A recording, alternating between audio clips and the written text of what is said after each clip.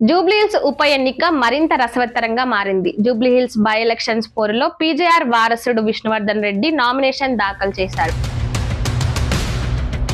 అయితే విష్ణువర్ధన్ రెడ్డి ముందు నుంచి బీఆర్ఎస్ పార్టీ తరపున టికెట్ ఆశించాడు. కానీ ఆయనకు టికెట్ ఇవ్వలేదు.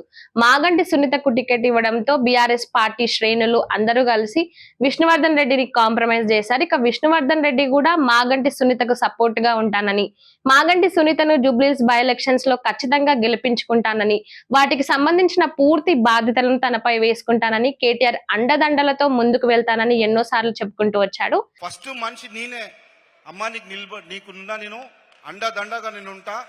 అయితే ఇప్పుడు విష్ణువర్ధన్ రెడ్డితో బీఆర్ఎస్ పార్టీ నామినేషన్ దాఖలు చేయించడం పైన వెనుక ఉన్న వ్యూహం ఏంటి అని అందరిలో ఆసక్తికరంగా మారింది. అయితే గతంలో చూసుకున్నట్లయితే కల్వకుంట్ల కవిత విష్ణువర్ధన్ రెడ్డితో మంతనాలు నడిపించింది. తన తెలంగాణ జాగృతి పార్టీ తరపున విష్ణువర్ధన్ రెడ్డి పోటీ చేయాలని ఆయన ముందు ప్రతిపాదించగా దానికి ఆయన నిరాకరించాడు.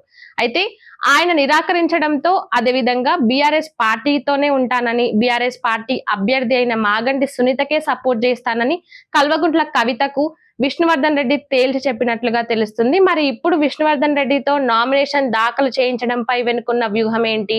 కావాలనే విష్ణువర్ధన్ రెడ్డిని ఈ నామినేషన్ బరిలో ఉంచాలని బీఆర్ఎస్ పార్టీ భావిస్తుందా? అయితే ముందు నుంచి కూడా ఆయన టికెట్ ఆశించాడు. అదే విధంగా గతంలో ఒక సందర్భంలో ఆయన మాట్లాడినప్పుడు కూడా బీఆర్ఎస్ పార్టీ టికెట్ ఇచ్చినా ఇవ్వకున్నా కూడా జూబ్లీహిల్స్ బై ఎలక్షన్స్ పోరులో నేను ఖచ్చితంగా ఉంటానని మాట్లాడింది. మరి అది దృష్టిలో పెట్టుకొని వీళ్ళల్లో అంతర్గత సమస్యల వల్ల విష్ణువర్ధన్ రెడ్డికి టికెట్ ఇచ్చారా అనే అనుమానాలు వినిపిస్తున్నాయి. మరి ఏదేమైనప్పటికీ విష్ణువర్ధన్ రెడ్డితో నామినేషన్ వేయించడం వెనుక ఉన్న వ్యూహం ఏంటి?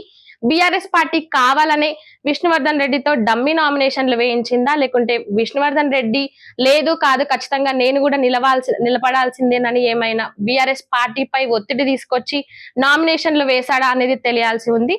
మరి ఇటు మాగంటి సునీత ఇప్పటికే 4 సెట్ల నామినేషన్లు దాఖలు చేసింది.